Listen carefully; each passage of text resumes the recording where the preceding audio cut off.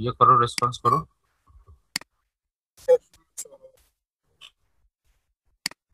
আমি তোমাকে শুনতে পাইনি। হ্যাঁ,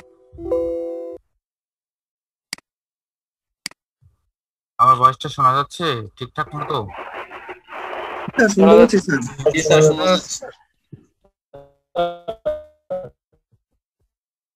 আচ্ছা, আজকে আমরা সিমেন্টের প্রপার্টিজ নিয়ে আলোচনা করব।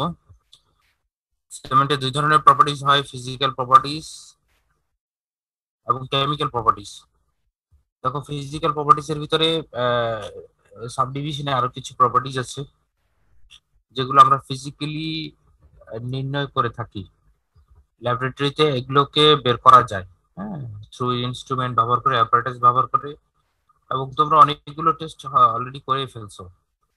আর কেমিক্যাল যে প্রপার্টিজ গুলো আছে, এই প্রপার্টিজ গুলো আসলে এর মধ্যে ঘটে কখনো এটা কখনো ম্যানুফ্যাকচারিং এর সময়, আবার কখনো এটা যখন প্রসেসে যায়, সিমেন্ট আমরা ব্যবহার করি, হাইড্রেশনের সময় হয়।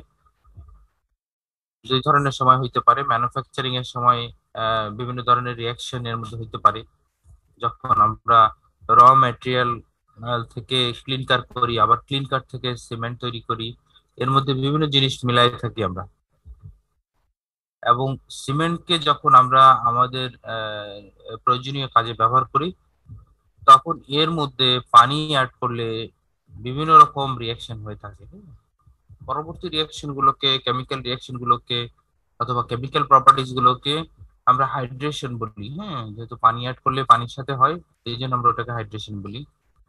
ফিজিক্যাল প্রপার্টিজ এর মধ্যে হচ্ছে গিয়ে সিমেন্টের ফাইননেস বের করা, সাউন্ডনেস বের করা, কনসিস্টেন্সি, স্ট্রেংথ, সেটিং টাইম, হ্যাঁ, হিট অফ হাইড্রেশন। হ্যাঁ, এই দেখো, হিট অফ হাইড্রেশন, জাস্ট হাইড্রেশনে কতখানি হিট তৈরি হয় এইটাকে এখানে উল্লেখ করেছে। Loss of ignition. হ্যাঁ, ইগনিশন মানে হচ্ছে গিয়ে যদি আগুনে পোড়ানো হয় কত পার্সেন্ট লস হবে সেটা বের করার সিস্টেম আছে। এরপরে হচ্ছে বাল্ক ডেনসিটি আছে, স্পেসিফিক গ্র্যাভিটি আছে। সিমিলারলি দেখো, কেমিক্যাল প্রপার্টিজ এর মধ্যে ম্যাক্সিমাম আমাদের যে কেমিক্যাল গুলো আছে, tricalcium aluminate, tricalcium silicate, ডাইক্যালসিয়াম aluminate, হ্যাঁ, হ্যাঁ, ডাইক্যালসিয়াম সিলিকেট, হ্যাঁ, এগুলা, ফেরাইট আছে, ম্যাগনেসিয়াম আছে। এগুলো হচ্ছে আসলে আমাদের কি কি কেমিক্যাল কম্পাউন্ডস আছে, এবং এই কম্পাউন্ড গুলো কি কি কম্পাউন্ড ফর্ম করে, এগুলো ব্যাপার নিয়ে আলোচনা করেছে। ফ্রি লাইম, অ্যালুমিনা, হ্যাঁ, এগুলো নিয়ে আলোচনা করেছে। তো দেখো, যদি আমি ফিজিক্যাল প্রপার্টিস এর দিকে একটু লক্ষ্য করি, সেক্ষেত্রে দেখো, ফাইননেস অফ সিমেন্ট। সিমেন্টের ফাইননেস মানে হচ্ছে কি সিমেন্টের গুঁড়োগুলো কতখানি মিহি, এইটাকে নির্ণয় করা হয় এই ফাইননেস অফ সিমেন্ট দিয়ে। এখানে আবার একটু ইয়ে করে লেখা আছে, পয়েন্ট আকারে লেখা আছে যে সিমেন্টের chemical, sorry, physical properties of cement গুলো কি কি, সেগুলো এখানে একটু উল্লেখ করা দেওয়া আছে। এখানে টেবিলের একটা ফিগারের মতো দেওয়া ছিল, ঠিক এখানে পয়েন্ট আকারে উল্লেখ করে দেওয়া আছে। ওই একই জিনিসগুলো এখানে আবার উল্লেখ করা আছে।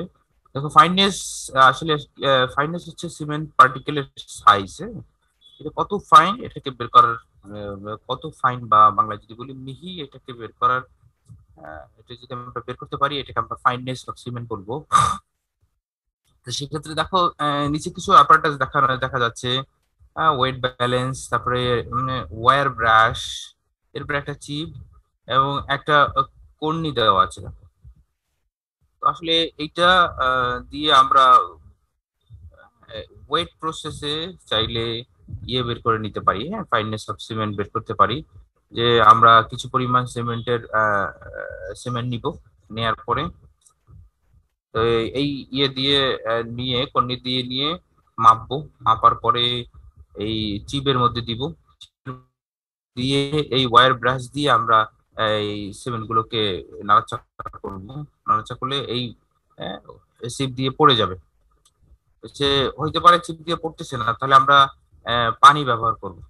পানি ব্যবহার করে এই চিপের থেকে এটাকে ধুয়ে নিচের দিকে ফেলে দেওয়ার চেষ্টা করব, চিপ দিয়ে পাস করানোর চেষ্টা করব। এখন প্রশ্ন হচ্ছে যে স্যার, যে পানি দিয়ে ধুয়ে যদি ফেলতে চাই, সেক্ষেত্রে তো পানি তো নতুন একটা জিনিস অ্যাড হলো, তো এই পানিটাকে আমরা কিভাবে রিমুভ করব? নো প্রবলেম, এই টেস্ট তোমরা হয়তো এসে করেছো, কি বলে, ল্যাব করেছো। তখন করা হয় কি, এইটাকে আগে শুকনো ভাবে ওজন নেওয়া হয়, এরপরে সিমেন্টটাকে পাস করানোর জন্য পানি ব্যবহার করা হয়। এরপরে এইটাকে আবার করা হয়, ধরো কিছু পরিমাণ সিমেন্ট আটকে আছে যেটা পাস হইতে পারতেছে না, ওই সিমেন্টটা সহ এইটাকে সহ ওভেনে দেওয়া হয় 24 ঘন্টা। 24 ঘন্টা পরে বের করে এটার শুকনো ওজনটাকে নেওয়া হয়। দেখো এটা শুকনো ওজনের সাথে এইখানে কিছু পরিমাণ সিমেন্ট বেঁধে থাকে। তো দেখো প্রথম মাপ মাপ মাপ নেওয়া হয়েছিল এটা শুকনো মাপ। এরপরে সিমেন্ট সহ এটা শুকনো মাপ 24 ঘন্টা পরে ড্রাই ওয়েট নেওয়ার পরে দেখো তাহলে এইখানে কতখানি সিমেন্ট আটকে আছে সেটা আমরা বের বের করতে পারবো, এবং টোটাল কতখানি সিমেন্ট আমরা নিয়েছিলাম। তাহলে দুইটার যদি পার্থক্য দেখি, টোটাল কতখানি সিমেন্ট নিয়েছিলাম এবং কতখানি সিমেন্ট এই সিবে আটকে আছে, তো এটা যদি বাদ দেই তাহলে কতখানি সিমেন্ট পাস হয়ে গেছে সেটা পাবো। তো এই পাস হওয়ার পরিমাণ 90% প্লাস হইতে হবে যদি সিমেন্ট ভালো হইতে হয়। যে সিমেন্ট যদি হাইড্রেশন রিয়াকশন এবং সিমেন্টের বাকি যে প্রপার্টিস এই এবং এমনকি এর যে বাল্ক ডেন্সিটি আছে, স্পেসিফিক গ্র্যাভিটি আছে, এইটা রেঞ্জের মধ্যে পাইতে হইলে ডেফিনেটলি এই সিমেন্টকে, ধরো যদি তোমার 100 গ্রাম সিমেন্ট নাও, যদিও 100 গ্রাম নেওয়া হয় না, 1 গ্রাম সিমেন্ট নিয়ে টেস্ট করা হয়, সেই যদি 100 গ্রাম সিমেন্ট নেওয়া হইতো তাহলে ডেফিনেটলি 90 গ্রামের উপরে পাস করে যেতে হইতো। তো এটাকে বলে ফাইননেস, 90% ফাইননেস আছে। আমরা বিভিন্ন সময় দেখেছি 98% আছে, 93% আছে, 95% আছে। সিমেন্ট টু সিমেন্ট ভ্যারি করে, বিভিন্ন ব্র্যান্ডের সিমেন্ট টু সিমেন্ট ভ্যারি করে, কারণ ওদের কারখানাগুলো আলাদা আলাদা, বিভিন্ন ব্র্যান্ডের কারখানাগুলো আলাদা। এই জন্য তোমাদেরকে বলেছিলাম যে যদি পরিস্থিতি স্বাভাবিক হতো তাহলে হয়তো আমরা কোনো একটা কারখানায় গিয়ে দেখে আসতে পারতাম। বসুন্ধরা ওরা ভার্টিক্যাল ভার্টিক্যাল চেম্বার ব্যবহার করে, হ্যাঁ, গ্রাইন্ডিং টেবিল ব্যবহার করে। তো এটা শুধু বসুন্ধরার কাছেই আছে, বাকিদের কাছে সবাই ওই রোলিং মিল ব্যবহার করে, হ্যাঁ, হরিজন্টাল রোলিং মিল। তোমরা অ্যাব্রাশন টেস্ট করেছো কিনা? লস এঞ্জেলস টেস্ট করেছো? আচ্ছা, জি স্যার। লস এঞ্জেলস টেস্ট করলে দেখবা যে ওইটার ভিতরে পাথরের টুকরাগুলো দেওয়ার পরে জি স্যার, পড়াইছিলেন। কিছু চার্জ দেওয়া হয়, মানে কিছু ওই মার্বেলের মতো, বড় বড় মার্বেলের মতো স্টিলের দেওয়া হয়। স্যার এই সলিনয়েডের কি সাইজ কত, স্ট্যান্ডার্ড কোনো মান আছে? হ্যাঁ হ্যাঁ হ্যাঁ হ্যাঁ হ্যাঁ, এটা 90 মাইক্রোমিটার, হ্যাঁ, আইএস চিপ, হ্যাঁ, নিচে লেখা আছে দেখো। হ্যাঁ, এটা তোমাদের ইসে দেখানোর কথা, সেশনাল দেখানোর কথা। জাস্ট আমি এখানে একটা ছবি উঠাইছি যাতে করে তোমরা ওই ওই জিনিসটা মনে পড়ে। হ্যাঁ, ডেফিনেটলি 90 মাইক্রো মিটার হবে। এবং যদি তুমি এটা আইএস স্ট্যান্ডার্ড, আর যদি আমেরিকান স্ট্যান্ডার্ড হয় ডেফিনেটলি 45 মাইক্রো মিটারের নিচে কম চিপ এটা ব্যবহার করা যাবে না। যদি তুমি আমেরিকান স্ট্যান্ডার্ডের চিপ ব্যবহার করো তাহলে 45 মাইক্রোমিটার চিপ ব্যবহার করতে হবে। আর যদি ইন্ডিয়ান স্ট্যান্ডার্ডে ব্যবহার করো সেক্ষেত্রে 90 মাইক্রোমিটার চিপ ব্যবহার করতে হবে। হ্যাঁ, তো অ্যাভেলেবেল ছিল ইন্ডিয়ান স্ট্যান্ডার্ডের ফিগার গুলো অ্যাভেলেবেল ছিল, তাই আমি এখানে একটা ফিগার বসাই দিয়েছি। যদিও তোমাদেরকে যখন করানো হয়েছে, সেশনাল করানো হয়েছে, তখন এগুলা ডিটেলস বলা হয়েছে, হ্যাঁ, প্রসিডিওর কিভাবে হবে, কিভাবে মাপ নিতে হবে, কিভাবে কাজ করব, হ্যাঁ, কি কি অ্যাপারেটাস লাগবে, এটা তোমাদের ইসে দেখানো হয়েছে। জাস্ট আমি বর্ণনার খাতিরে কিছু হালকা পাতলা ডেসক্রিপশন দিয়ে নিলাম। হ্যাঁ, এরপর হচ্ছে সাউন্ডনেস অফ সিমেন্ট। আসলে সাউন্ডনেস অফ সিমেন্ট এটা আসলে সিমেন্টের শ্রিঙ্ক বের করার জন্য, যে আসলে সিমেন্টটা কতখানি শ্রিঙ্ক করবে, এটা শুকায় যাওয়ার পরে অথবা শক্ত হওয়ার পরে সিমেন্টের যে পেস্টটা থাকবে এটা শুকায় যাওয়ার পরে কতখানি শ্রিঙ্ক হবে, দ্যাট মিনস এটা কতখানি এক্সপ্যানশনে যাবে। এক্সপ্যানশন মানে হচ্ছে গিয়ে ধরো সিমেন্টের পেস্ট গুললাম, এটা ধরো একটা জায়গায় করলাম, তো এটা শক্ত হয়ে যাওয়ার পরে এর আয়তনটা কতখানি বাড়বে। হ্যাঁ, এটা ডিপেন্ড করে হচ্ছে গিয়ে সাউন্ডনেস, এটাকে আমরা সংক্ষেপে সাউন্ডনেস অফ সিমেন্ট বলবো। তো সাউন্ডনেস অফ সিমেন্ট দুইটা প্রসেসে বের করা যায়, একটা হচ্ছে ল্যাচাটেরিয়াল মেথড বলে, আর একটা হচ্ছে গিয়ে অটোক্লেভ টেস্ট অ্যাপারেটাস দিয়ে করা যায়। দুইটা দিয়ে করা যায়, দুইটাই আমাদের এসটিএম স্ট্যান্ডার্ড অনুযায়ী আছে, অথবা এসটো স্ট্যান্ডার্ড অনুযায়ী করা যায়, ফলো করা যায়।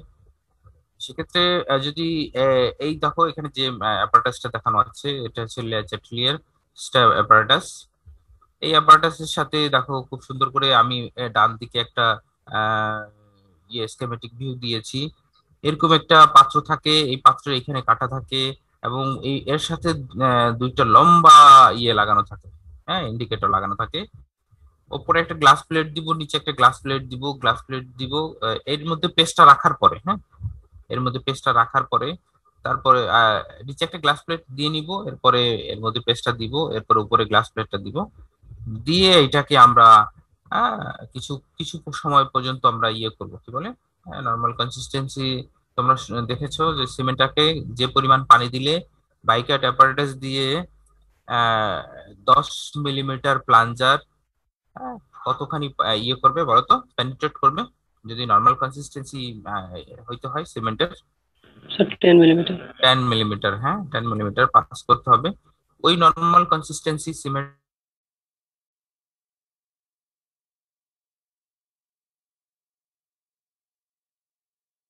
পেস্টটা দিয়ে দিব, এরপর একটা উপরে গ্লাস প্লেট দিয়ে দিব। তারপর এই যে ওয়েটটা দেখতেছো, এই ওয়েটটাকে এই গ্লাস প্লেটের উপরে রেখে দিব যাতে করে এটা মুভ না করতে পারে। এরপরে দেখো 24 ঘন্টা পানিতে ভিজিয়ে, এই দেখো লেখা আছে, হ্যাঁ, সাবমার্স ইন ওয়াটার ফর 24 আওয়ার্স। হ্যাঁ, টেম্পারেচারটা ডেফিনেটলি 20 প্লাস মাইনাস, এখানে মাইনাসটা আসেনি, প্লাস মাইনাস 1 ডিগ্রি সেলসিয়াস হবে। তো এতক্ষণ রাখার পরে আমরা এই এই টেম্পারেচারে রাখার পরে আমরা এটাকে উঠাই নিয়ে আসবো। উঠাই নিয়ে আসার পরে দেখবো যে এই যে দুইটার যে ডিফারেন্স ছিল, হ্যাঁ, এইটা থেকে এইটার ডিফারেন্স, অথবা এখানে যদি স্কিমেটিক ড্রয়িংটা দেখি, এইটা থেকে এইটার যে ডিফারেন্স, এই ডিফারেন্সটা, এই ডিস্টেন্সটা বাড়ছে অথবা কমেছে কিনা, কমবে না ডেফিনেটলি, বেড়েছে অথবা কমেছে কিনা, ডেফিনেটলি বাড়বে। তবে কোনো ক্ষেত্রেই আমরা 10 মিলিমিটার চেয়ে বেশি এই ইয়েটাকে অ্যালো করব না, হ্যাঁ। যদি এর পরিমাণ 10 মিলিমিটারের বেশি চলে যায়, এটা ধরো এখন যেটা আছে, এবং পরবর্তীতে যদি এইটা থেকে 10 মিলিমিটারের চেয়ে বেশি এক্সপান্ড করে যায়, তখন আমরা এটাকে বাদ দিয়ে দিব, এই সিমেন্টটাকে আমরা ব্যবহার করব না। তো এটাকে বলতেছে ল্যাচারেল টেস্ট মেথড। এটা হয়তো আমাদের ল্যাবে করানো হয়নি, এই সাউন্ডনেস টেস্ট করানো হয়েছে কিনা আমি জানি না, কারণ আমাদের এই apparatus আছে কিনা আমি নিজেও জানি না, আমাদের সময় করানো হয়েছিল না আর কি। হ্যাঁ, আর অটোক্লেভ যে টেস্ট মেশিন, এটা আসলে একটা হাই প্রেসার মেশিন, অনেক হাই প্রেসারে এখানে স্যাম্পলকে রাখা যায়। ওই নর্মাল কনসিস্টেন্সি পেস্টকে হাই প্রেসারে, হ্যাঁ, আমরা এটার ভিতরে রেখে দিব, এটার ভিতরে রেখে দিব 3 ঘন্টার জন্য। এখানে খুব সুন্দর করে লেখা আছে 3 ঘন্টার জন্য। তো প্রেসারটা উঠাইতে উঠাইতে 2.03 MPa পর্যন্ত উঠাবো, 3 ঘন্টা পর্যন্ত রেখে দিব। The change in length of the specimen, হ্যাঁ, after gradually bringing the autoclave to room temperature, হ্যাঁ, the pressure is measured and expressed in percentage, হ্যাঁ, the requirement for good quality cement is a maximum of 0.80%, হ্যাঁ, ক্লেভ expansion. তো মূল কথা হচ্ছে যে আমরা যে পেস্টটা রাখবো, এই পেস্টটাকে এই মেশিনটার ভিতরে, হাই প্রেসার মেশিন, এটাকে স্টিম মেশিন বলে, স্টিম প্রবাহিত হয় এর মধ্যে দিয়ে, মানে হচ্ছে গিয়ে স্টিম, হ্যাঁ। এটাকে যদি বাংলায় বলতে চাই, কি বলা যায় বলো তো স্টিমটাকে? স্যার বাষ্প। হ্যাঁ, বাষ্প, বাষ্প, হ্যাঁ, হ্যাঁ, হ্যাঁ, বাষ্প।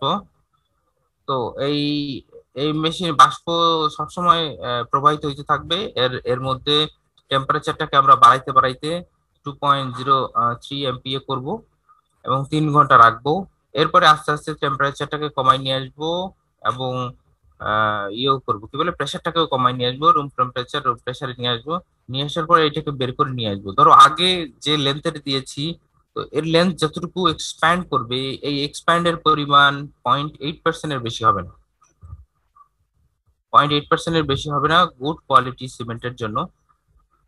তো এটার স্ট্যান্ডার্ড হচ্ছে গিয়া অ্যাস্টোর একটা স্ট্যান্ডার্ড আছে এবং এসটিএম এর একটা স্ট্যান্ডার্ড আছে। দুইটা স্ট্যান্ডার্ডে চাইলে হ্যাঁ, অটোক্লেভ এক্সপেনশন অফ পোর্টল্যান্ড সিমেন্টকে করা যায়, টেস্ট করা যায়।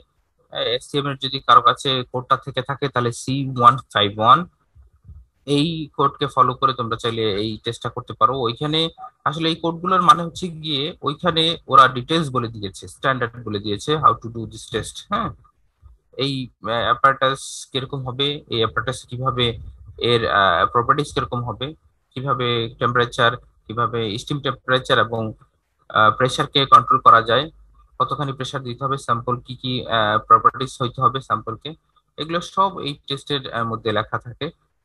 যে এসটিএম এর পুরো ভলিউমের মধ্যে জাস্ট এইটা একটা টেস্টের নাম, এটা একটা টেস্টের নাম্বার C5151। যদি তোমাদের কারো কাছে এসটিএম এর পুরো ভলিউম থেকে থাকে, আমার কাছে আছে 2004 সালে এটা, তাহলে তোমরা চেক করে দেখতে পারো যে আসলে C151 এ এই টেস্টটা বর্ণনা করা আছে পুরোটা। হ্যাঁ, যেমন তোমাদের একটা টেস্ট ম্যানুয়াল দেওয়া আছে, ওইরকম একটা টেস্ট ম্যানুয়াল এখানে করা আছে এসটিএম এর, ওদের পার্সোনাল টেস্ট ম্যানুয়াল, যেটা কিনা আমরা খুব বেশি করে ফলো করে থাকি। যাক, নর্মাল কনসিস্টেন্সির কথা বলতেছিলাম। নর্মাল কনসিস্টেন্সি কিছুই না, যে আসলে আমাদের সিমেন্টকে পানিতে মেশানোর পরে যে পেস্টটা তৈরি হয়, এটাকে normal consistency of cement paste বলা হইতেছে। তবে নর্মাল কনসিস্টেন্সি হইতে হইলে সব সিমেন্ট পেস্টই নর্মাল কনসিস্টেন্সি সিমেন্ট পেস্ট না। নর্মাল কনসিস্টেন্সি সিমেন্ট পেস্ট হইতে হইলে এই এই যে পাশে যে বাইকাট মোলটা দেখতেছো, বাইকাট অ্যাপারেটাসটা দেখতেছো, এই অ্যাপারেটাসে এই যে দেখো প্ল্যানজারটা লাগানো আছে, এখানে একটা স্কেলার আছে, এখানে একটা ওয়েট আছে। হ্যাঁ, যেটা কিনা যার মাথায় এই প্ল্যানজারটা লাগানো থাকে, 10 মিলিমিটার টায়ার একটা প্ল্যানজার লাগানো থাকে। এই বাইকাট মোল্ডার ভিতরে আমি পানি মিশ্রিত যে সিমেন্টের পেস্টটা রেখে দিব, নিচে একটা গ্লাস প্লেট রাখবো, এবং এর সাথে নিচে এই যে বাইকাট অ্যাপারেটাসের নিচে এটাকে খুব সুন্দর করে রাখা যায়। জাস্ট এই প্ল্যানজারটাকে এই পেস্টের টপে এনে ছেড়ে দিব। এই ওয়েটের কারণে এটা আস্তে আস্তে নিচের দিকে যেতে থাকবে। এই স্কেলের মাধ্যমে আমরা দেখব যে আমাদের কত মিলিমিটার পাস করতেছে, হ্যাঁ, কত মিলিমিটার পেনিট্রেট করতেছে। তো যদি এটা 10 ± 1 মিলিমিটার পেনিট্রেট করে, তাহলে আমরা এটা মনে করব যে আমাদের যে সিমেন্ট পেস্ট আছে এইটা নর্মাল কনসিস্টেন্সিতে আসছে। এখন অনেকে বলতে পারে, স্যার নর্মাল কনসিস্টেন্সি, আমরা নর্মাল কনসিস্টেন্সি তো যখন লেবাররা কনক্রিটের ভিতরে পানি মেশায়, তখন তারা কি স্যার নর্মাল কনসিস্টেন্সি দেখে? নর্মাল কনসিস্টেন্সি তারা দেখলো কি দেখলো না, এটা তাদের ব্যাপার না, এটা আমাদের ব্যাপার। কারণ হচ্ছে অ্যাজ এ ইঞ্জিনিয়ার হিসেবে তোমাকে কনক্রিট ডিজাইন করে দিতে হবে, সিমেন্ট কতখানি দিবে এবং সিমেন্ট এই কনক্রিট মিক্সের মধ্যে কতখানি পানি দিবে, এটা তোমাকে ডিজাইন করে দিতে হবে। তুমি যখন এইটা ডিজাইন করে দিবা, তাহলে তুমি তোমার এক্সপেক্ট করতেছো ওই স্ট্রেংথটা পর্যন্ত পৌঁছাতে পারবে। আদারওয়াইজ পানি বেশি হয়ে যাবে, পানির সাথে স্ট্রেংথের রিলেশন একবারে রিভার্স রিলেশন, ইনভার্স রিলেশন। পানির পরিমাণ যত বেশি হবে, স্ট্রেংথের পরিমাণ তত কম হবে। এই জন্য আমরা কনক্রিট মিক্স ডিজাইন দেখব, যে আসলে কিভাবে আমরা পানির পরিমাণকে নির্ধারণ করতে পারি, কিভাবে আমরা সিমেন্টের পরিমাণকে, কিভাবে আমরা খোয়া অথবা স্টোনের পরিমাণকে নির্ধারণ করতে পারি, এবং ফাইন এগ্রিগেটের পরিমাণ নির্ধারণ করতে পারি। এটা আমরা কনক্রিট মিক্স ডিজাইন থেকে দেখব। কনক্রিট মিক্স ডিজাইন মূলত একটা টার্গেট স্ট্রেংথকে ধরে ওই স্ট্রেংথের বিপরীতে ক্যালকুলেশন করা হয়। এবং যদি এরকম হয় 28 ডেজে 80% উপরে স্ট্রেংথ আমরা পেয়ে যাই, তাহলে মনে করবো ওকে, আমাদের ডিজাইনটা ওকে আছে। আদারওয়াইজ আমাদের ডিজাইন আবার রিপিট করতে হয়। আমাদের এখানে অনেক মিক্স ডিজাইন আসে। এই মিক্স ডিজাইনটাকে একটু লং লং প্রসেস, 28 ডেজ পর্যন্ত ওয়েট করতে হয়। হ্যাঁ, 14 দিনে, 7 দিনে, 14 দিনে এবং 28 দিনে টেস্ট করা হয়। 7 দিনে মোটামুটি আমাদের 80% স্ট্রেংথ চলে আসে, 14 দিনে 100%-এর উপরে চলে আসে, আমরা যেভাবে ক্যালকুলেশন করি, একটু সেফটি রেখে ক্যালকুলেশন করি। তো যাক, ওটা অন্যদিকে যাব না। বাইকেট অ্যাপারেটাস দিয়ে মূলত আমরা এইভাবে করে সিমেন্টের যে পেস্টটা, এটা নর্মাল কনসিস্টেন্সিতে আসছে কিনা সেটা টেস্ট করি। সিমেন্টের হাইড্রেশনের জন্য কি পরিমাণ পানি লাগবে, এইটাকে বের করার জন্য নর্মাল কনসিস্টেন্সি টেস্ট করা হয়, যে আসলে এর চেয়ে বেশি পানি দিলে সিমেন্টের স্ট্রেংথ ঠিক থাকবে না, আবার এর চেয়ে কম পানি হইলে এর হাইড্রেশন ঠিক মতো হবে না। মানে হচ্ছে কি, পানির সাথে সিমেন্টের যে কি বলে পার্টিকুলার যে রিয়াকশন, এই রিয়াকশন পুরোপুরি কমপ্লিট হবে না। তো এই ক্ষেত্রে আমরা কনসিস্টেন্সি টেস্ট করে থাকি, নর্মাল কনসিস্টেন্সি বের করে থাকি। দেখো, সিমেন্টের স্ট্রেংথ কিভাবে বের করবো? সিমেন্টের স্ট্রেংথ কয়েকভাবে বের করা যায়। কম্প্রেসিভ স্ট্রেংথ, এরপরে টেনসাইল স্ট্রেংথ, আবার আছে ফ্লেক্সারাল স্ট্রেংথ। এই তিন ভাবে আমরা সিমেন্টের স্ট্রেংথ কে বের করতে পারি। তবে দেখো কম্প্রেসিভ স্ট্রেংথ কে কিভাবে বের করব। সিমেন্ট আসলে আমরা যে সিমেন্ট কে টেস্ট করি এটা শুধু সিমেন্ট পেস্টের উপরে আসলে কোনোভাবেই কম্প্রেসিভ স্ট্রেংথ অথবা টেনসাইল স্ট্রেংথ অথবা ফ্লেক্সারাল স্ট্রেংথ টেস্ট করা যায় না। তো এটার জন্য দরকার হয় আমাদের ইয়ে দরকার হয়, কি বলে, কিছু ফাইন এগ্রিগেট, হ্যাঁ, ব্যবহার করতে হয়। এটাকে অটোয়া স্যান্ড বলে। হ্যাঁ, তোমরা নাম শুনেছো কিনা জানি না। সিমেন্টের যে কিউব তৈরি করে, এই যে কিউবটা দেখতেছো 2 ইঞ্চি 2 ইঞ্চি 2 ইঞ্চি 50 50 50, হ্যাঁ, মিলিমিটারে যদি বলি, এই যে কিউবটাকে তৈরি করা হয় এই কিউবটার মধ্যে সিমেন্ট পেস্ট দেওয়া হয়। Definitely normal consistency cement paste দেওয়া হয় এবং এর সাথে যে বালিটাকে মিশ্রিত করা হয় এই স্যান্ডটাকে বলে অটোয়া স্যান্ড। আচ্ছা, তোমরা কি যখন সিমেন্টের কিউব তৈরি করেছো তখন কি অটোয়া স্যান্ড ব্যবহার করেছো নাকি নরমাল স্যান্ড ব্যবহার করেছো? স্যার আমাদের অটোয়া স্যান্ড দেখাইছিল স্যার। অটোয়া স্যান্ড দেখাইছিল, গুড। এইটা হচ্ছে তার কিউবের মোল্ড। এই কিউবের মোল্ডের মধ্যে এই পেস্টটাকে খুব জোরে আঘাত করলে হয় কি, যে সব সব জায়গাটা ইয়ে হয়। এরপর উপর থেকে কেটে এক্সট্রা গুলোকে ফেলে দেওয়া হয়। হ্যাঁ, উপর থেকে কেটে এক্সট্রা যতটুকু আসে ততটুকু ফেলে দেওয়া হয়। এরপরে 24 ঘন্টা পর রিলিজ করে পানির মধ্যে রাখা হয় 3 দিনের জন্য। টেস্ট করলে 3 দিনের সময় এটা উঠে ফেলা হয় কিউরিং হওয়ার পরে। 1 ঘন্টা পর টেস্ট করতে হয়, হ্যাঁ, ইয়ে অনুযায়ী, কি বলে, কোড অনুযায়ী। টেস্টের জন্য আমরা যে ইউটিএম মেশিন ব্যবহার করেছি, যদিও এটা আমাদের দেখতে আমাদেরটার মতো না, তবে জাস্ট একটা স্যাম্পল দেখানোর জন্য দেখাইতেছি। এভাবে রাখবো, এটাকে আগে মেপে নিব। হ্যাঁ, এটা বিভিন্ন সাইজ মেপে নিব, মেপে এইভাবে রাখবো। এটা কতখানি লোড নিতে পারতেছে এবং এই যে উপরের সারফেস এর এরিয়া কত এবং এর কতখানি লোড নিতে পারতেছে, এইটা দুইটার উপরে ডিপেন্ড করবে যে আসলে কতখানি প্রেসার অথবা স্ট্রেংথ নিয়েছে। তো প্রেসার অথবা স্ট্রেংথটাকে বের করতে হলে আমরা ডেফিনেটলি ফোর্সটাকে বের করতে, কি বলে, এই ফোর্স ডিভাইড বাই এরিয়া দিলে আমার এই স্ট্রেংথটা চলে আসবে। তো কতখানি ফোর্স নিচ্ছে এটা এখানে দেখতেছি এবং এর এরিয়া কতখানি, এই এরিয়াটাকে আগে স্লাইড ক্যালিপার দিয়ে মেপে নিচ্ছি। 3টা মাপ নিয়ে অ্যাভারেজ করতেছি, কারণ হচ্ছে গিয়ে এটার কিউবটা বিভিন্ন জায়গায় বিভিন্ন রকম হইতে পারে, যদিও ভেরিয়েশন খুব কম হয়। তাহলে দেখো যত লোড আসতেছে এবং এর যে এরিয়া, এই এরিয়ার উপরে যে কতখানি লোড করতেছে পার ইউনিট, তোমার স্কোয়ার ইউনিট লেন্থে কতখানি, এরিয়াতে কতখানি লোড করতেছে, সেটা আমরা খুব সহজে বের করে নিয়ে আসতে পারবো। তো এখানে কিছু কথা বলা আছে। লোডিংটা অবশ্যই 20 সেকেন্ড থেকে 80 সেকেন্ডের মধ্যে কমপ্লিট করতে হবে। এর চেয়ে বেশি সময় নেওয়া যাবে না, অথবা 20 সেকেন্ডের কমও নেওয়া যাবে না। মানে হচ্ছে কি, এটার ভিতরে সেট করার পরে 20 সেকেন্ডের কম সময় আমরা এটাকে ভেঙে ফেলতে পারবো না, আবার 80 সেকেন্ডের বেশি সময় নিয়েও ভাঙতে পারবো না। তো এটা চাপ দিতে হবে 20 সেকেন্ড থেকে 80 সেকেন্ডের মধ্যে, যে কোনো একটা সময় চাপ দিতে হবে। যেমন টোটাল টেস্টটা করতে 20 সেকেন্ড অথবা 80 সেকেন্ডের নিচে সময় লাগবে। তো কখনোই 20 সেকেন্ড অথবা 80 সেকেন্ডের নিচে অথবা উপরে যাবে না, এটা খেয়াল করা দরকার। তাহলে আমরা রেটটাকে বুঝতে পারবো যে আসলে কি রেটে টেস্ট করা হয়। দেখো অ্যাস্টো কোড আছে, এসটিএম কোড আছে এবং এসটিএম দুইটা কোড আছে। হাইড্রোলিক সিমেন্টের কথা বলা আছে। আসলে সিমেন্ট হাইড্রোলিক বলার কারণ হচ্ছে গিয়ে সিমেন্টের সাথে যে সিমেন্টকে পানি দিয়ে মিশ্রিত করা হয় সেটাকে হাইড্রোলিক সিমেন্ট বলতেছে। যে পানির সাথে রিঅ্যাকশন করে সেটাকে হাইড্রোলিক সিমেন্ট বলতেছে। কেরোসিনে দিবা, সিমেন্টের কোনো রিঅ্যাকশন করবে না, ওরকম আজীবন পড়ে থাকবে, কোনো রিঅ্যাকশন করবে না। এই জন্য এটাকে হাইড্রোলিক বলতেছে। হাইড্রোলিক বলার অন্য কোনো কারণ নাই যে হাইড্রোলিক দেখে হাইড্রোলিক সিমেন্ট মোটর স্যার এটা কি ধরনের অবস্থা। এটা আসলে ঘাবড়ানোর কিছুই নেই। তো টেনসাইল টেস্ট করা হয়, এটাকে বলে ব্রিকেট। হ্যাঁ, স্যার একটা ব্রিকেটের, কোশ্চেন হ্যাঁ, হ্যালো স্যার, স্যান্ডের নরমাল স্যান্ডের সাথে অটো স্যান্ডের পার্থক্য কি? নর্মাল স্যান্ড এবং ওয়াটার স্যান্ডের মধ্যে প্রপার্টিজ কত এমনি ফিজিক্যাল পার্থক্য নাই, তবে তোমার প্রপার্টিজ এর ভিতরে অনেক পার্থক্য আছে। হ্যাঁ, এই ওয়াটার স্যান্ডের পরিমাণটা খুব কম পাওয়া যায়, কি বলে, অ্যাভেলেবেল না। এবং এইটা আমরা কেন ব্যবহার করতেছি যদি এটার কথা বলো, এই যে স্ট্যান্ডার্ডটা আমি দেখালাম, এই স্ট্যান্ডার্ডটা যে করেছে ওরা ওয়াটার স্যান্ড ব্যবহার করে স্ট্যান্ডার্ড করেছে, যার কারণে আমাদেরকে বাধ্য হয়ে ওদের স্ট্যান্ডার্ড ফলো করতে গেলে অটো স্ট্যান্ড ব্যবহার করতে হয়। যদি আমরা নিজেরা দেখো আমাদের বিভিন্ন জায়গার স্যান্ড বিভিন্ন রকম। যদি আমি বলি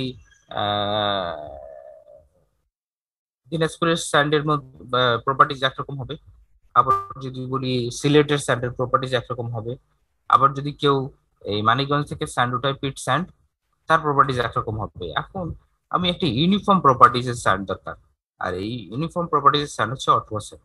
ওরা অটোয়া স্যান্ডটাকে টেস্ট করেছে, দেখছে দুনিয়ার যে কোনো জায়গা থেকে অটোয়া স্যান্ডটাকে যদি আমরা ইয়ে করি নেই, সেক্ষেত্রে মূলত প্রপার্টিজ মূলত সিমিলার থাকে। এই জন্য স্ট্যান্ডার্ড তখনই হবে যখন আহ, তোমার ইয়ে হবে কি বলে একটা ইউনিফর্মিটি থাকবে, তখনই এটা স্ট্যান্ডার্ড হবে। আদারওয়াইজ বিভিন্ন জায়গাটা নিবা বিভিন্ন রকম আসবে, তখন তোমার কাছে আসলে তুমি অরিজিনাল জিনিসটা পাবা না। এটা একটা কারণ হইতে পারে। তারপরে যদি তোমরা আরো একটু এক্সট্রা জানতে চাও, সেক্ষেত্রে এই STMC 109 দেখতে পারো, অথবা C 349 দেখতে পারো। এখানে হয়তো অটোয়া স্যান্ডের ব্যাপারে কিছু কথা লেখা আছে যেটা কিনা আমি এখনো পড়িনি। হ্যাঁ, আর আর আর হইতে পারে আজকে বিকেলে হয়তো তোমাদের ইয়ে আছে না, সেশনাল ক্লাস আছে, শুনতেছো? জি স্যার আছে।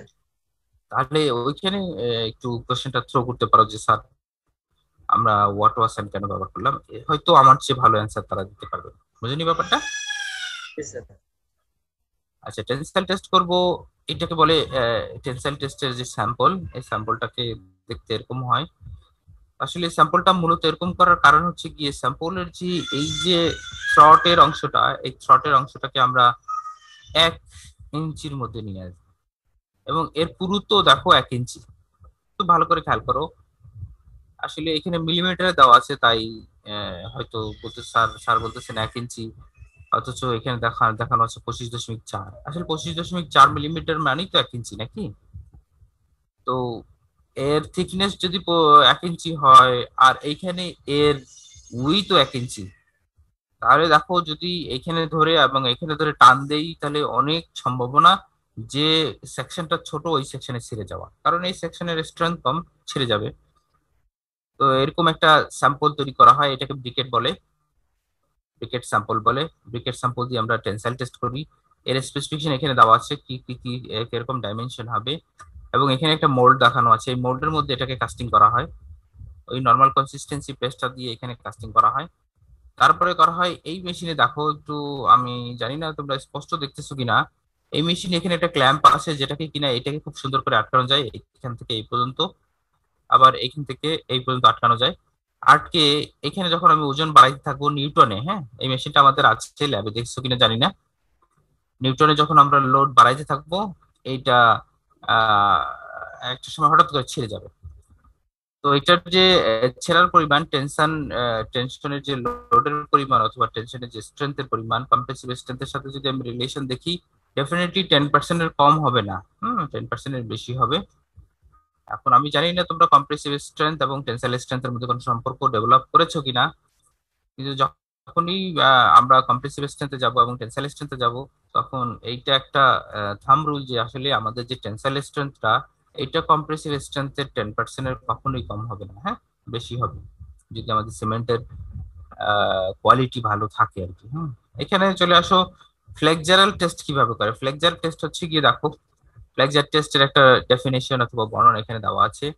ফ্লেক্সার টেস্ট কিভাবে করা হয়, যদি তোমাদের কাউ বলে আর কি, হ্যাঁ আমাদের রেজাল্ট করিম স্যার ম্যাটেরিয়ালস এর উপরে PhD করে আসছেন, উনি এরকম অনেক প্রিজম তৈরি করছেন। কারণ উনার থিসিসটা যেটা ছিল, যদি তোমরা কেউ রেজাল্ট করিম স্যারের প্রোফাইলে যাও, ওনার থিসিসটা ছিল সিমেন্ট ছাড়া অন্য কোনো কিছু দিয়ে সিমেন্ট লাইক ম্যাটেরিয়ালস তৈরি করা যায় কিনা। তো ওনারা এটার শুরুর দিকে ছিলেন, যার কারণে ওনাদের সাথে ওনাদের জন্য একটু কষ্ট হয়ে গেছিল যে সিমেন্ট ছাড়া, সিমেন্টের মতো, তার মানে সিমেন্টের মতো আছে চুন, চুন দিয়ে কিন্তু পূর্বে অনেক কাজ করা হয়েছে, কিন্তু চুনটা পরিচিত একটা ম্যাটেরিয়াল, যার কারণে চুনটা সে ব্যবহার করতে পারেনি। এমন কোনো কিছু ব্যবহার করেন যেটা কিনা সিমেন্টের মতো স্ট্রেংথ আসবে, কিন্তু সিমেন্ট আমার ব্যবহার করা লাগবে না। তো দেখো এরকম যদি একটা জিনিস আমার খুঁজে বের করতে হয়, ডেফিনেটলি সিমেন্ট লাইক হইতে হবে, এটা স্ট্রিং বেশি হইতে পারবে না, এটা শুকায় গেলে অনেক বেশি কি বলে ভলিউম সংকুচিত হইতে পারবে না, আবার অনেক বেশি ভলিউম বাড়তে পারবে না। এর ফাইননেস একটা লিমিট থাকবে, আবার এর একটা নর্মাল কনসিস্টেন্সি হইতে হবে। এরপরে দেখলাম যে সাউন্ডনেস টেস্ট করে দেখতে হবে যে সিমেন্ট লাইক হইতে হবে, মানে প্রপার্টিজ গুলো সিমেন্টের কাছাকাছি কিন্তু সিমেন্ট না, অন্য একটা ম্যাটেরিয়াল দিয়ে সিমেন্টের কাজ করব। তো উনি উনি উনি ওনার থিসিসে এরকম অনেক প্রিজম তৈরি করা লাগছে, প্রিজম তৈরি করে ফ্লেক্সার টেস্ট করা লাগছে। আসলে ফ্লেক্সার টেস্ট মানে হচ্ছে বিমের উপরে লোড দিয়ে টেস্ট করা। আমাদের একটা মেশিন আছে ফ্লেক্সার টেস্ট মেশিন, তোমরা এসএম ল্যাবে দেখছো কিনা আমি জানি না। Digital compressive. সৌভাগ্য হয়নি। আচ্ছা আচ্ছা আচ্ছা আচ্ছা, তোমাদের প্রথম দিন হয়তো মেশিন গুলোর সাথে পরিচিত করানোর দরকার ছিল, আমি জানি না করেছে কিনা। যে এই মেশিন আমাদের ল্যাবে আছে, এই মেশিন দিয়ে এই কাজগুলো করা যায়। হ্যাঁ, আমাদের একটা মেশিন আছে ফ্লেক্সার টেস্ট মেশিন বলে। ফ্লেক্সার টেস্ট মেশিনটা অনেকটা দেখতে এরকম, তবে এটার সাইজটা অনেক ছোট, আর আমাদেরটা অনেক বড়। ওইটা বিম টেস্ট করা যায়, একবার 8 সিসি বিম করে নিয়ে আসবা। যদি কেউ চায় যে 10 10 12 বিম টেস্ট করব, সেটাও করা যাবে।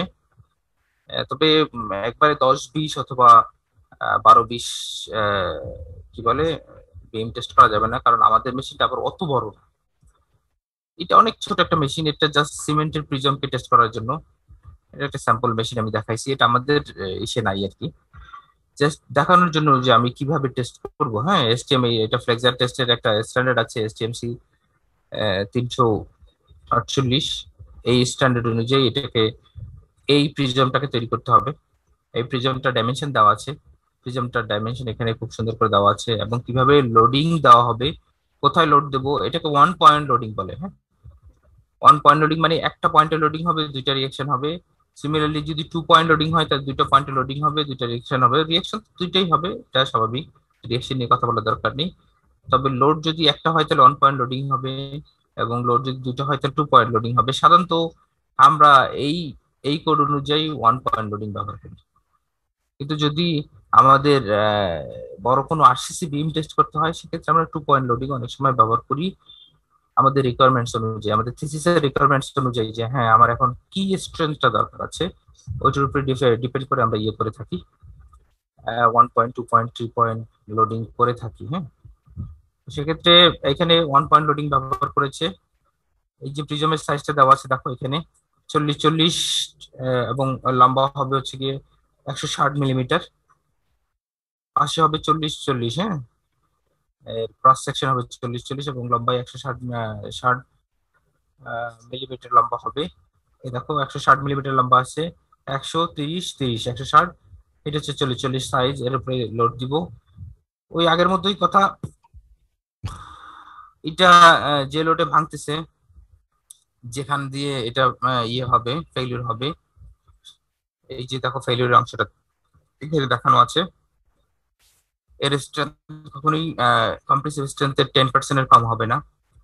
এটাও একটা টেনসাইল স্ট্রেংথ টেস্টের মতো, এইটা ডাইরেক্টলি টেস্ট করতেছে না। এটা যেমন ডাইরেক্ট টেস্ট করেছি, ডাইরেক্ট টেনশনে ফেল করে দিয়েছি, এটা ডাইরেক্ট করতেছে না, এটা ইনডাইরেক্ট করতেছে। হ্যাঁ, তোমাদের হয়তো কনক্রিটের বেশ কয়েক ধরনের টেস্ট করাবে, একটা হচ্ছে কম্প্রেসিভ স্ট্রেংথ টেস্ট, আর হচ্ছে স্প্লিটিং স্ট্রেংথ টেস্ট। কম্প্রেসিভ স্ট্রেংথের সময় কনক্রিটের যে সিলিন্ডারটা এটা খাড়া করে বসানো হয়, আর স্প্লিটিং টেনসাইল স্ট্রেংথ টেস্টের সময় এটাকে শোয়ায় ব্যবহার করা হয়, এবং চাপ দিলে দুইটা টুকরা হয়ে যায়। বলছে এই ফ্লেক্সার টেস্টের ক্রাইটেরিয়াটা মোটামুটি ওরকমই, এটাকে চাপ দিয়েছে দুইটা টুকরা হয়ে গেছে।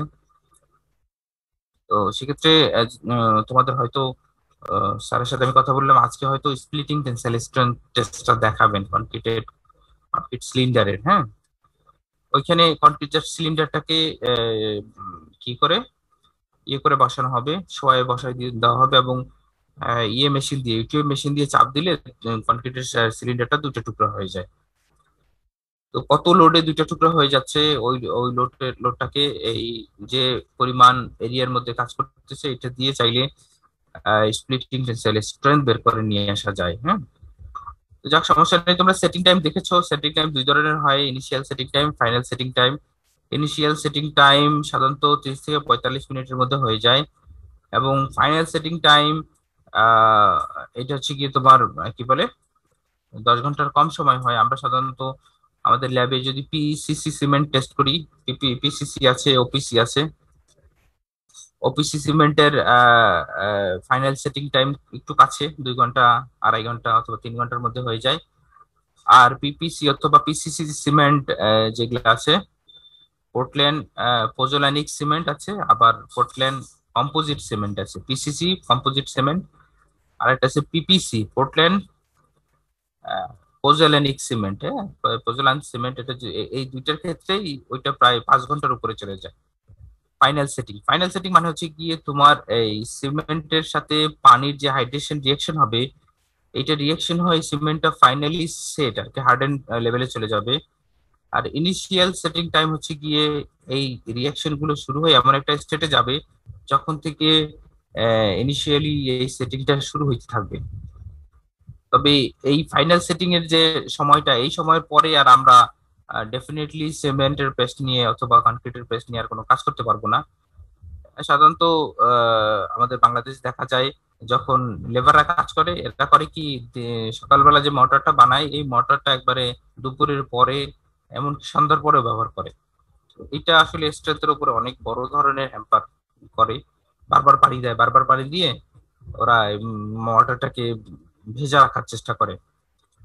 যদিও আমাদের বাড়িতেও এটাই হয়েছে, কিন্তু ওদেরকে বললে কাজ হয় না। ওরা বলে যে এইভাবে করা সম্ভব নয়, আমি কি বারবার মিশাবো নাকি। তো ওরা এই এক সাইড থেকে ওইটা নিয়ে নিয়ে ব্যবহার করতে থাকে, একে সারাদিন ওইটাই ব্যবহার করে। অনেক কিছু করার পরেও আসলে ওদেরকে মানানো যায়নি, ওরা ওদের ইসে কাজ করে।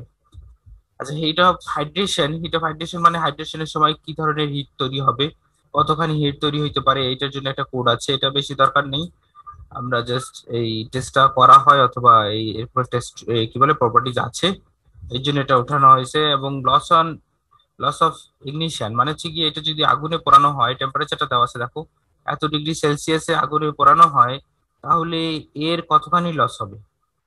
তো সাধারণত সিমেন্টে 1% এর নিচে লস হয়, less than 1%। এসটিএম কোডে একটা স্ট্যান্ডার্ড দেওয়া আছে, ওই স্ট্যান্ডার্ড আমি এখানে পাইনি। তো আমার যতটুকু মনে পড়ে, আমি বিভিন্ন জায়গায় দেখেছি এটা less than 1% হয়ে থাকে। হ্যাঁ, যদি কেউ আরো একটু ডিটেলস দেখতে চাও তাহলে এখানে দেখতে পারো।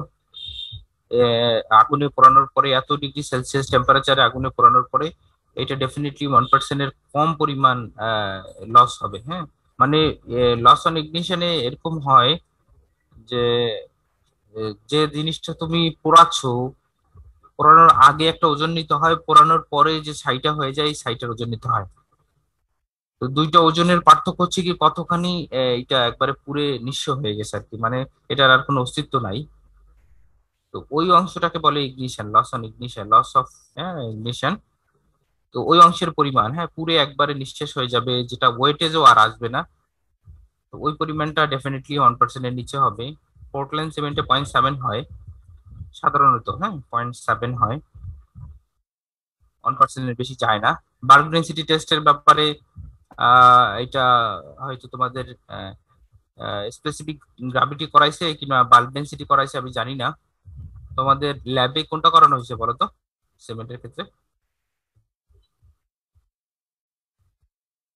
আমাকে শুনতেছো না কেউই?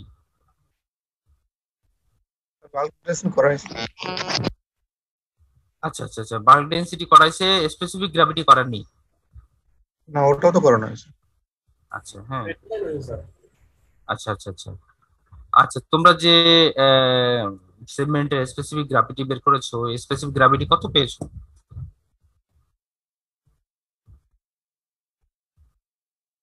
কত পেয়েছো? তোমরা টেস্টটা কমপ্লিট করোনি? স্যার ওটা করানো সিমেন্ট এন্ড এগ্রিগেটে স্যার। না, সিমেন্টের বাল্ক ডেন্সিটি বের করানো হয়নি।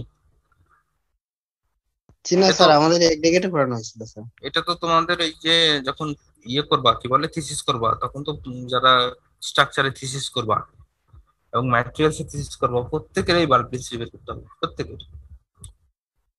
প্রত্যেকের বাল্ক ডেন্সিটি বের করতে হবে, স্পেসিফিক গ্র্যাভিটি বের করতে হবে। তাহলে কেমন হলো বলো তো ব্যাপারটা? স্যার করাইছে তো বাল্ক ডেনসিটি, স্পেসিফিক গ্র্যাভিটি গুলো। এটা কিসের করাইছে, সিমেন্টের করাইছে নাকি কোর্স এগ্রিগেট ফাইন এগ্রিগেটের করাইছে? কোর্স এগ্রিগেট ফাইন এগ্রিগেট করেছে। এটার সাথে তো না, আমি সিমেন্টের কথা বলতেছি। কোর্স এগ্রিগেট এবং ফাইন এগ্রিগেটের প্রপার্টিসটা আলাদা, কিন্তু সিমেন্ট যেহেতু মিহি পাউডার, এটা খুব ইয়ে হয়, কি বলে, বাল্ক ডেন্সিটিটা বের করা সহজ, কেরোসিন ব্যবহার করা হয়, এবং স্পেসিফিক গ্র্যাভিটিটা বের করতে কেরোসিন ব্যবহার করা হয়। আমি একটু আগে বলেছি কেরোসিনের সাথে এর কোনো রিয়াকশন নাই, এবং কেরোসিনের স্পেসিফিক গ্র্যাভিটিটা আমরা জানি, মেবি 0.8 না? তোমাদের কি খেয়াল আছে 0.8 না? 0.8, হ্যাঁ। এই স্পেসিফিক গ্র্যাভিটিটাকে ব্যবহার করে, যেমন স্পেসিফিক গ্র্যাভিটির সংজ্ঞা তোমাদের মনে আছে হয়তো, অথবা বাল্ক ডেন্সিটি। বাল্ক ডেন্সিটি তো হচ্ছে গিয়ে একটা স্পেসিফিক গ্র্যাভিটি যেমন ইউনিট নাই, বাল্ক ডেন্সিটি ইউনিট আছে। এটা হচ্ছে গিয়ে এর মধ্যে সলিড কতখানি আছে এবং এটা কতখানি জায়গা দখল করতেছে, মানে এটা গ্রাম পার সেন্টিমিটার কিউব হইতে পারে, গ্রাম পার সিসি হইতে পারে, অথবা কেজি পার মিটার কিউব হইতে পারে। এইভাবে হচ্ছে বাল্ক ডেন্সিটিটা চলে আসে, অথবা পাউন্ড পার কিউবিক ফিট হইতে পারে। এখানে যেটা দেওয়া আছে, স্ট্যান্ডার্ড ভ্যালুটা এখানে দেওয়া আছে, ওপিসির জন্য কি কোনটা হয় আর কি। আর স্পেসিফিক গ্র্যাভিটি হচ্ছে গিয়ে এই সিমেন্টের ওই পরিমাণ ভলিউম, সিমেন্টের যে পরিমাণ নিব ওইটা কতখানি ওয়াটারকে রিপ্লেস করে, এটার অনুপাতকে আমরা ইয়ে বলতেছি। সাধারণত ওপিসি তে 3.15 চলে আসে ওপিসি সিমেন্টে, এবং বাকি যে সিমেন্ট গুলো আছে, আমি পিপিসির কথা বললাম, পোর্টল্যান্ড পোজোল্যান্ড সিমেন্ট, অথবা পোর্টল্যান্ড ব্লাস্ট ফার্নেস সিমেন্ট আছে, স্ল্যাগ সিমেন্ট আছে, অথবা পিসিসি আছে, পোর্টল্যান্ড কম্পোজিট সিমেন্ট। এগুলাকে ব্লাস্ট ফার্নেস এগুলা বলে না, আমরা বলি সরাসরি কম্পোজিট সিমেন্ট বলি, পোর্টল্যান্ড কম্পোজিট সিমেন্ট বলি। এই পোর্টল্যান্ড কম্পোজিট সিমেন্টের হোক অথবা পোর্টল্যান্ড পোজোল্যান্ড সিমেন্টের হোক, এটা 2.9 অথবা তার চেয়ে একটু বেশি হয়। ওর এক্সাক্ট ভ্যালু দিয়েছে, এক্সাক্ট ভ্যালুটা আমার পছন্দ না। 3.15 একটু কমই আসে, এর চেয়ে একটু কম আসে। 3.10, 11, 12, 14, 13 এরকম আসে। 15 আমি পাইনি আর কি, 14 পর্যন্ত পেয়েছি, এবং এইটা 93, 94, 95ও পেয়েছি, আবার 89ও পেয়েছি, হ্যাঁ 2.89ও পেয়েছি। তো এইটা আসলে টেস্ট করার জন্য এই স্ট্যান্ডার্ডটাকে ফলো করা হয়। আমরা এই স্ট্যান্ডার্ড অনুযায়ী করি। হাইড্রোলিক সিমেন্টের ডেনসিটি অথবা স্পেসিফিক গ্র্যাভিটি একটা ইসের ভিতরে বর্ণনা করা আছে। তো এটার জন্য একটা পিক্টোমিটার লাগে, ছোট একটা পিক্টোমিটার, কলসির মতো দেখতে, অনেক ছোট সাইজের, কলসির মতো, মুখটাকে সরু থাকে। এবং আমি একটা সিমেন্ট নিব, 1 গ্রামের মতো সিমেন্ট নিয়ে এটার ভিতরে ঢুকাবো। তারপরে প্রথম এই পিক্টোমিটারটাকে মাপ নিব, এরপরে 1 গ্রাম শুকনো সিমেন্ট ওর ভিতরে দিয়ে আবার মাপ নিব। আবার ওর একটা দাগ আছে, ওই দাগ পর্যন্ত কেরোসিন তেল ঢুকায়ে এটা খুব সুন্দর করে ইয়ে করতে হয়, কি বলে, ঝাঁকায় সিমেন্টের সাথে মিক্স করে ওই দাগ পর্যন্ত ইয়ে করতে হয়, কেরোসিন অয়েল নিতে হয়। তাহলে দেখো, প্রথম ছিল পিক্নোমিটারের ওজন, তারপরে ছিল পিক্নোমিটার প্লাস সিমেন্টের যে স্যাম্পল এর ওজন, এরপরে পিক্নোমিটারের ওই দাগ পর্যন্ত একটা নির্দিষ্ট দাগ থাকে, কলসির যেমন গলার মধ্যে একটা দাগ থাকে, যেহেতু এটা কাচের দেখা যায় সব, ওই দাগ পর্যন্ত ইয়ে নিব, কি বলে, কেরোসিন তেল নিয়ে এটাকে ঝাঁকায়, খুব সুন্দর করে ঝাঁকায় সিমেন্টের যে কণাগুলো আছে সবগুলো মিক্স করে ফেলতে হয়। এরপর ওই দাগ পর্যন্ত কি বলে কেরোসিন পূর্ণ করে তারপর আবার মাপ নেওয়া হয়। এরপরে করা হয় কি, এটাকে ফেলে দেওয়া হয়, ফেলে দিয়ে ওইটাকে খুব সুন্দর করে কেরোসিন দিয়ে ধুইতে হয়। তারপরে পিক্টোমিটারের মধ্যে শুধু কেরোসিন তেল ওই দাগ পর্যন্ত নিয়ে মাপা হয়। এই কম্বিনেশন থেকে চাইলে ডেনসিটি বের করা যায়, হ্যাঁ, চাইলে স্পেসিফিক গ্র্যাভিটি বের করা যায়।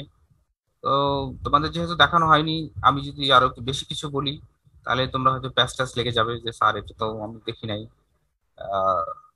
আপাতত জেনে রাখো যে আসলে সিমেন্টের স্পেসিফিক গ্র্যাভিটি এটা একটা প্রপার্টিজ।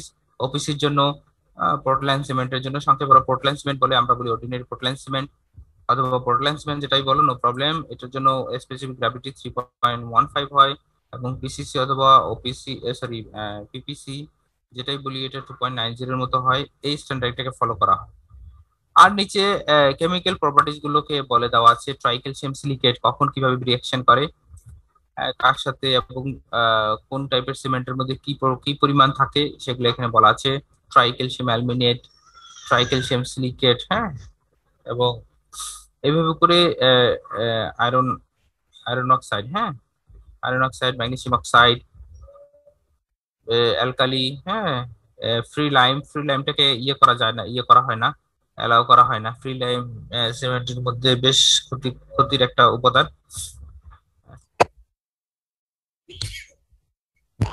যেটা এখানে খুব সহজে বলে দেওয়া আছে, মে কজ এক্সপ্যানশন। হ্যাঁ, যদি লাইমের পরিমাণ বেশি থাকে, ফ্রি লাইমের পরিমাণ বেশি থাকে, এটা এক্সপ্যানশনের কারণ হতে পারে। যেখানে কিনা সাউন্ডনেস টেস্ট করে আমরা এক্সপ্যানশন নির্ণয় করি, এক্সপ্যানশন যদি বেশি না হয় সেক্ষেত্রে ফ্রি লাইমের পরিমাণটা কন্ট্রোল করা হয়।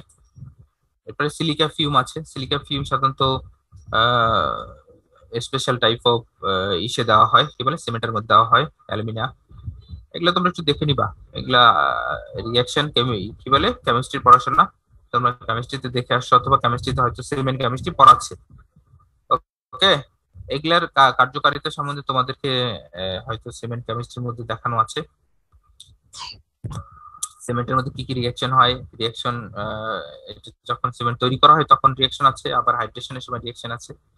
দুই ধরনের রিঅ্যাকশন আছে। তবে আমাদের এখানে মূলত এমফাসাইজ করা হয় হচ্ছে গিয়ে যে সিমেন্ট তৈরি করার সময় যে রিঅ্যাকশন গুলো হয়ে থাকে সেগুলোর উপর এমফাসাইজ করা হয়।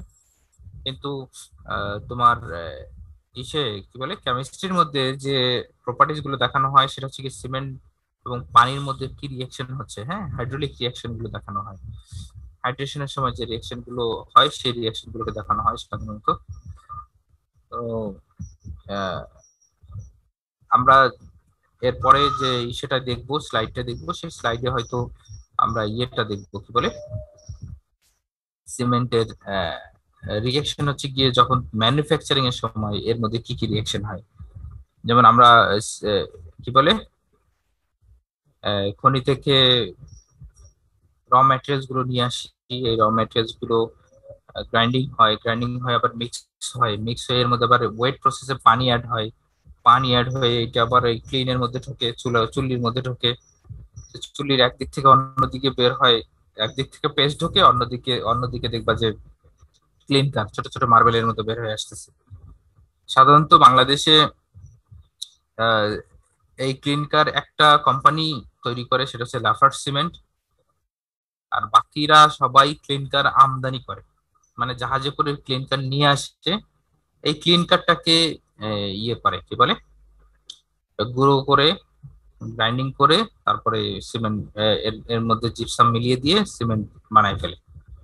জাস্ট বাকিদের কাজ হচ্ছে গিয়ে ক্লিনকারটাকে নিয়ে এসে গ্রাইন্ডিং করে জিপসাম মিলিয়ে সিমেন্টের বস্তায় ভরা, এই এতটুকুই কাজ। ফ্যাক্টরিতে গেলে যেটা আমরা দেখবো। আবার স্পেশাল কিছু সিমেন্টে সিলিকা ব্যবহার করে, সিলিকা ফিল্ম ব্যবহার করে, ফ্লাই অ্যাশ ব্যবহার করে। এটা ফ্লাই অ্যাশের পরিমাণ আছে, যেমন পিসিসি তে ফ্লাই অ্যাশ ব্যবহার করে 30% এর মতো ফ্লাই অ্যাশ ব্যবহার করে, 25% বলে, কিন্তু অনেকে 30% ব্যবহার করে ফেলে। এইভাবে বিভিন্ন সিমেন্টের জন্য, ওপিসির জন্য সরাসরি ক্লিনকার এবং হচ্ছে গিয়ে জিপসাম ওপিসি হয়ে গেল। আর পিসিসির জন্য যদি ফ্লাই অ্যাশ ব্যবহার করে তাহলে ফ্লাই অ্যাশ দিল, তারপরে স্ল্যাগ ব্যবহার করলে স্ল্যাগ দিল। তো এই স্ল্যাগে এগুলো সব পরিমাণ আছে, আমি পরবর্তী ক্লাসে দেখাবো, নো প্রবলেম। বাকিদের কাজ হচ্ছে জাস্ট এগুলো মিক্স করে, গ্রাইন্ডিং করে, মিক্স করে সিমেন্টের বস্তায় ঢুকাই দাও, এতটুকুই কাজ। আর শুধু লাফার্জ সিমেন্ট যে কোম্পানিটা আছে, এই লাফার্জ সিমেন্টের কাজ হচ্ছে গিয়ে ওরা সরাসরি ওই খনি থেকে র ম্যাটেরিয়ালস গুলো নিয়ে আসে, র ম্যাটেরিয়ালস গুলোকে প্রসেস করে, এরপরে ওয়েট প্রসেসে এইটাকে গ্রাইন্ডিং করে পেস্টটাকে সবগুলো মিক্স করে পেস্টটাকে এই ক্লিনের মধ্যে ঢুকাই দেয়। একবারে ক্লিনকার তৈরি থেকে শুরু করে সিমেন্ট তৈরি পর্যন্ত করে। এটা একটা কোম্পানি, সেটা হচ্ছে লাফার্জ সিমেন্ট। আর বাকিরা তো বললাম কি করে। আগামী ক্লাসে সিমেন্টের টাইপ এবং ইউজ গুলো দেখাবো, সিমেন্ট কি কি কাজে ব্যবহার করা হয়, এবং স্পেশাল সিমেন্ট, ওপিসি সিমেন্ট আছে, special different types of cement আছে। এই সিমেন্ট গুলো কি কি কাজে ব্যবহার করা হয় সেগুলো আমরা আলোচনা করব। স্পেশাল সিমেন্টকে কি কাজে ব্যবহার করা হয়, এবং আমাদের যে বিভিন্ন ধরনের সিমেন্ট আছে, যেমন ওপিসি আছে, পিসিসি আছে, হ্যাঁ, এরপরে পিপিসি আছে, র্যাপিড হার্ডেনিং সিমেন্ট আছে, হ্যাঁ, তারপরে কুইক সেটিং সিমেন্ট আছে, হ্যাঁ, লো লো হিট সিমেন্ট আছে। তো এগুলা আসলে সালফেট রেজিস্টিং সিমেন্ট আছে। এগুলা আসলে কি কারণে, কোথায়, কোন স্পেশাল কেসে ব্যবহার করব, এগুলা হয়তো আমরা সামনের ক্লাসে আলোচনা করব। ব্লাস্ট ফার্নেস সিমেন্ট আছে, হাই অ্যালুমিনিয়াম সিমেন্ট আছে, হোয়াইট সিমেন্ট আছে। তোমরা জানো টাইলস যখন করে, হ্যাঁ, বাসা বাড়িতে যখন টাইলস করে, তখন ওই টাইলস করার পরে হোয়াইট সিমেন্ট ব্যবহার করে টাইলসের যে ফাঁকা জায়গাগুলো বদ্ধ করার জন্য। যদি এটা এমনি এমনি আমাদের আমাদের সিমেন্টকে ব্যবহার করা হতো, দেখো টাইলসের কালার ম্যাক্সিমাম সাদা হয়ে থাকে, আর আমাদের সিমেন্ট হচ্ছে কালো। তো সাদা টাইলসের মধ্যে যদি কালো কালারের এই ফিলিংস গুলো আসে, হ্যাঁ, মর্টারের ফিলিং গুলো আসে, তো দেখতে বাজে লাগে। এই জন্য ওরা করে কি, হোয়াইট সিমেন্ট ব্যবহার করে। কালার সিমেন্ট আছে, বিভিন্ন কালারের সিমেন্ট পাওয়া যায়, হ্যাঁ, স্পেশাল কেসে ব্যবহার করা হয়। এক্সপেন্সিভ সিমেন্ট আছে, যেটা কিনা আমরা একটু আগে বললাম যে সিমেন্টের এক্সপেনশন আমরা নিব না, এক্সপেনশন আমরা ক্যান্সেল করে দিব। কিন্তু অনেক জায়গা আছে সিমেন্টের এক্সপেনশন দরকার হয়, এক্সপ্যান্ড হয়ে সিমেন্ট আটকে যায়, এরকম কিছু একটা ব্যাপার স্যাপার আছে, আমরা দেখবো, এগুলো দেখবো। প্রবলেম আজকে প্রপার্টিজ থাকুক, আর তোমাদেরকে ছেড়ে দিতে হচ্ছে, আমার আর একটা ক্লাস শুরু হবে। যদি সংক্ষেপে দু একজনের কোনো প্রশ্ন থাকে বলে ফেলতে পারো। পিডিএফটা ইএসপিতে হাত দিয়েন স্যার, বুঝিনি বুঝিনি। পিডিএফটা ইএসপিতে হাত দিয়েন। আচ্ছা আচ্ছা, হ্যাঁ, ওইটা তো দিব, ওই সমস্যা নাই। পিডিএফ তো না, স্যার। এটা হ্যাঁ। স্যার লাস্ট ক্লাসের এটা আমরা পাইনি স্যার এখনো, স্যার কোন কি রেটটা স্যার? আচ্ছা আচ্ছা, ওটা দেওয়া হয়নি, আমার খেয়াল ছিল না, আর আমি একটু ব্যস্ত ছিলাম। স্যার আজকেরটা এবং গত ক্লাসের একসাথে দিয়ে দিয়েন স্যার, পিডিএফ মেইল পেতে স্যার। আচ্ছা আচ্ছা আচ্ছা, হ্যাঁ, দিয়ে দিব। হয়তো সম্ভবত বলছিলেন, খেয়াল করতে পারি নাই। স্পেসিফিক গ্র্যাভিটিতে স্যার সিমেন্টের সাথে কেরোসিন নেওয়ার জন্য বলছিল, সেটা নেওয়ার হ্যাঁ কারণ হ্যাঁ হ্যাঁ, আচ্ছা, যদি পানি নেই তাহলে কি হবে বলো তো? সিমেন্টটা কি হয়ে যাবে? হাইড্রেশন হবে। হ্যাঁ, কিন্তু আমি তো এখানে একটা টেস্টে যাচ্ছি। সিমেন্ট যদি হাইড্রেশন হয়ে সেটিং শুরু হয়ে যায়, তাহলে যে পিকনোমিটারে তুমি ঢুকাইছো, এই পিকনোমিটার থেকে তো সিমেন্ট বের করতেই পারবা না, পারবা বলো তো? তো এইটা যখন কেরোসিন ব্যবহার করা হয়, এর সাথে কোনো রিঅ্যাকশন হয় না। হাইড্রেশনের কারণে সিমেন্টের অনেকগুলো প্রপার্টিজ চেঞ্জ হয়ে যায়। তখন তুমি ওই ইয়েও পাবা না, কি বলে, স্পেসিফিক গ্র্যাভিটিও ঠিকঠাক পাবা না। যার কারণে এমন একটা সলিউশন ব্যবহার করা হয় যে সলিউশনের সাথে সিমেন্টের কোনো রিঅ্যাকশন হয় না, যেমন কেরোসিন। এবং কেরোসিনের জানো কিনা জানি না। বলো। না, পানি ব্যতীত অন্য কিছু ইউজ করা যাবে? বুঝিনি, আবার বলো, তুমি প্রশ্নটা আবার বলো। কেরোসিন ইউজ করবো, সেটা কি ফিক্সড? হ্যাঁ, এটা ওদের কি বলে, টেস্ট স্পেসিমেন অনুযায়ী ফিক্স যে কেরোসিন ইউজ করতে হবে। হ্যাঁ, অন্য এমন একটা জিনিস তুমি বের করো, নো প্রবলেম, তুমি একটা টেস্ট স্ট্যান্ডার্ড বের করে দাও যে এই টেস্ট করে তোমার 99% পর্যন্ত অ্যাকুরেট হয়, হ্যাঁ, তাহলে এই কেরোসিনের উপরে হয়তো চাপটা কমবে। এখন যদি কেউ বলে যে না স্যার সয়াবিন তেল দিয়ে করি, আচ্ছা করতে পারে, সে করতে পারে, কিন্তু সয়াবিন তেলের যে ভিসকোসিটি, হ্যাঁ, ভিসকোসিটি বুঝতেছো কিনা? ভিসকোসিটি মানে হচ্ছে গিয়ে, আমরা ড্রাই সারফেসে, দুইটা ড্রাই সারফেস, তোমার দুইটা হাত এক করো, দুইটা হাতে তালু এক করো, এটা একদিক থেকে আর একদিকে পাস করতে চাও, এটা একটু আটকে যাচ্ছে কিনা বলো তো? ঢালু সারফেসে তোমার ফোনটা রেখে দাও, ফোনটা পড়তেছে না, এই ঢালু সারফেসের ঢালটাকে বাড়াইতে থাকো, একটা সময় দেখো তোমার ফোনটা পিছলে তোমার সামনে দিয়ে পড়ে যাচ্ছে। তো যে পর্যন্ত পড়তেছে না, এই পর্যন্ত কে আটকে রাখতেছে বলো তো? ফ্রিকশন আটকে রাখতেছে। এইটা তো বুঝতেছি ড্রাই সারফেস, যেটা ড্রাই সারফেসের মধ্যে ড্রাই ফ্রিকশন বুঝতেছি। আর ফ্লুইড যে ফ্রিকশন হয়, ফ্লুইডের সাথে যে ফ্রিকশন হয়, দুটো ফ্লুইড কণার সাথে যে ফ্রিকশন হয়, এটাকে ভিসকোসিটি বলে। আমি জানি না তোমরা তোমাদের হয়তো ফ্লুইড মেকানিক্স শুরু হয়নি, ফ্লুইড মেকানিক্স এটা পড়ানো হবে। ভিসকোসিটি, এই সকল যে সলিউশন আছে, এই সকল সলিউশনের মধ্যে ভিসকোসিটি সবচেয়ে কম হচ্ছে গিয়ে কেরোসিনের। দেখো তুমি যদি সরিষার তেল হাতে নাও, সরিষার তেল হাতে নিলে দেখবা যে তোমার একটা আঠালো ভাব আছে। সয়াবিন তেল হাতে নাও, একটা আঠালো ভাব আছে। এটার সাথে পিওরলি সিমেন্টের গুঁড়োগুলো মিক্স হবে না। আচ্ছা, তুমি মোবিল নিতে পারো, মোবিল তো আরো চিটচিটে কিনা বলো তো? অনেক আঠালো। হ্যাঁ, অতএব মোবিল নিয়েও কাজ হবে না। এই জন্য আমাদের স্পেশাল টাইপ অফ ইয়ে নিতে হবে, কি বলে, ওইদিকে খেয়াল করে নিতে হবে। ওরা অনেক বেশি এক্সপেরিমেন্ট করে দেখছে। তুমি দেখো যে কোনো আগে আমরা এই টেস্টটা করতাম আর কি, এখন করে কিনা জানি না, মাটির কলসি অথবা কোনো জিনিস কোনো ক্র্যাক আছে কিনা এটা চেক করার জন্য কেরোসিন তেল ব্যবহার করা হয়। এর একদিকে কেরোসিন তেলকে রাখা হয়, অন্যদিকে দেখা হয় যে আসলে এই কেরোসিন তেলটা চলে আসতেছে কিনা। কেরোসিন তেলের এত ক্র্যাক পাসিং অ্যাবিলিটি যে খুব সরু ক্র্যাক দিয়ে এটা পাস হয়ে যেতে পারে, কিন্তু অনেক সময় ওইখান দিয়ে পানি অথবা অন্য কোনো দ্রবণ পাস হইতে পারে না। দেখ এগুলো কিছু কারণ আছে কেরোসিন ব্যবহার করার। ঠিক আছে, হ্যাঁ, থ্যাংক ইউ। আজকে 42 বেজে গেছে অলরেডি, ওই যে ওদের সাথে ক্লাসটা শুরু হয়ে গেছে। তো তোমাদেরকে ধন্যবাদ। রেকর্ডিংটা কি চলতেছে? জি স্যার। ঠিক আছে, তোমাদেরকে ধন্যবাদ। আগামী ক্লাসে দেখা হচ্ছে। সিমেন্টের এই ইউজ এবং টাইপ সম্বন্ধে আলোচনা করব। আর আজকে এইটা এবং ইয়েটা দিয়ে দিব, নো প্রবলেম। হ্যাঁ, আমার মনে ছিল না, এগ্রিগেটের এটা দিয়ে দিব। জি স্যার। Okay, thank you. হ্যাঁ, আসসালামু আলাইকুম স্যার। ওয়ালাইকুম আসসালাম।